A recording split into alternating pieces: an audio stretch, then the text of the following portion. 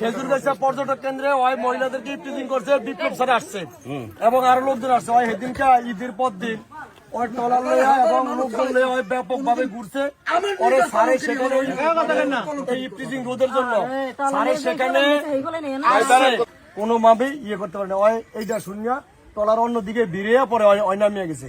এইভাবে একবারে মনে করেন স্বামী স্ত্রী ঘুরতে আইয়ে ওই লোকজন দিয়ে আসতে মহিলা করে সরে দিয়া এরপরে ধরিয়া আলাদা আলাদা করিয়া জিজ্ঞেস করে হয় চাঁদাবাজি আদায় করে এই তোমার ডকুমেন্ট দেখো, কাবিন দেখো, ইয়ে দেখো, বিভিন্ন হেনস্থার শিকার এই পর্যটকের কেন্দ্রে।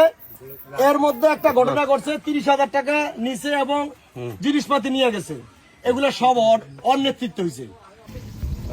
ওই যে ইয়াসিন দালালের ছেলে কি নাম রাশেদ, এই যে খাদুরগাছা আইসা এই যে মানুষের এই যে পর্যটন আসলে ছেলে মেয়েদেরকে ধরে টাকা টুকা চায়, এটার সম্বন্ধে তুমি কি জানো? এখন তো আমি আরো পাইলাম হয়, তাইলে ঘটনা সত্য।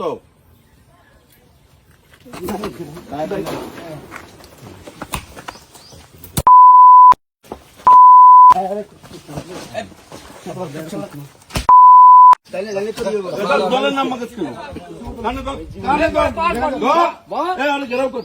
ফুটবল 100 বার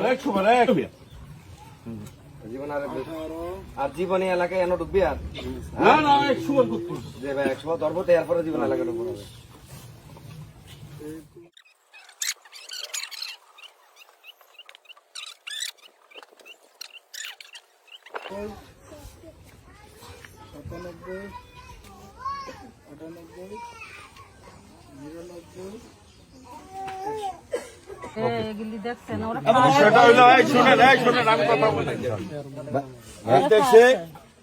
এই চরফেশনের খাদুর যাচ্ছে আপনাদের এই এলাকায়, এই যে বিভিন্ন এলাকা থেকে পর্যটক আসে, কথা খেয়াল করেন আপনারা। পর্যটক আসলে আপনাকে লাভ হয় না, আপনারা আপনি কথা বলবেন না।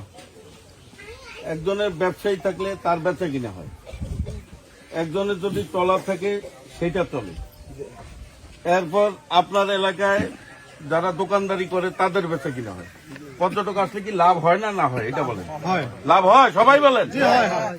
যদি লাভ হয়, আর যদি এরকম সন্ত্রাসী কার্যকলাপ করে, কোন সন্ত্রাসী যদি একটা মেয়ে ছেলে ঘুরতে আসে, স্বামী স্ত্রী ঘুরতে আসতে পারে, আসে না?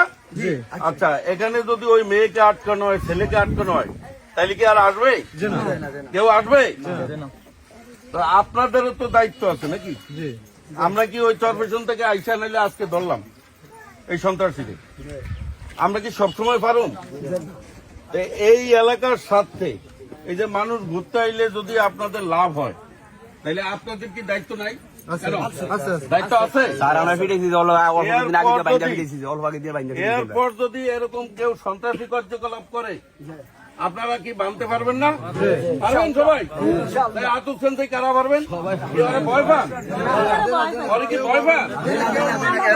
আচ্ছা, যদি এরপরে এই খাদুরগাছায় কেউ যদি আইসা এই ধরনের মেয়েদেরকে ইফটিজিং করে অথবা পর্যটকদেরকে বাধা প্রদান করে, চাঁদা দাবি করে, তাহলে এদেরকে বেঁধে রাখবেন, বেঁধে আমাকে খবর দিবেন, ঠিক আছে? নুর ইসলাম নয়নের এলাকায় সে নির্বাচনের আগে বলছে না যে জুলুমবাদ, চাঁদাবাদ, দখলবাদ, সন্ত্রাসী এই চরপেশনে হতে দিবে না, এ বলছিল। এখন নির্বাচনের পরে তো ভোট শেষ, কিন্তু নুর ইসলাম নয়নের কথা হইল যে এখন ভোট শেষ হয়েছে, এই 5 বছরে আমাদের পাবলিকের কাজ করতে হবে, এই জুলুমবাদ, সন্ত্রাস, চাঁদাবাদ বন্ধ করতে হবে নাকি? আমরা ভোটের আগে বলছি, ভোটের পরে যদি নাই তাহলে কি হইল? আমরা ভোটের আগে যেরকম বলছি, ভোটের পরেও আমরা এই 5 বছর এই চরপেশনের মানুষকে নিরাপদ রাখতে চাই। এই নিরাপদ রাখতে হইলে কি সন্ত্রাস দমন করতে হইব না? তাইলে ওরা আমি লইয়া যাই, পুলিশে দিয়ে দেবো। এই শোনো, হ্যাঁ আমরা লাইব্রেরি নিমু এবারের মতো ছেড়ে দেব। ভাই আমি একটু কথা বলি। আচ্ছা কথা বললো না ভাই। এর কোনো অন্যায় অপরাধ করে তোলার পরে তো ধরুম আর বাবা আরে ভাই কথা বললো না, আপনি দায়িত্ব নিবেন। আচ্ছা আপনি নিবেন। এই যাই দাঁড়ান। আরে ভাই দাঁড়ান না, আমরা মূর্খ, আমি বুঝছি। আচ্ছা কে কে দায়িত্ব নিচ্ছেন? আপনারা দায়িত্ব নিচ্ছেন? আমরা দায়িত্ব নিচ্ছি। আচ্ছা আমি তো কোনো দোষ না। আরে ভাই কিছু হয় তাইলে কিন্তু আপনারা দলের হিসাবে দায়িত্ব থাকবে। তাইলে কিন্তু আপনাকে বিরুদ্ধে আমরা সাংগঠনিক ব্যবস্থা নেব। এই দায়িত্ব আপনি নিছেন ইনশাআল্লাহ।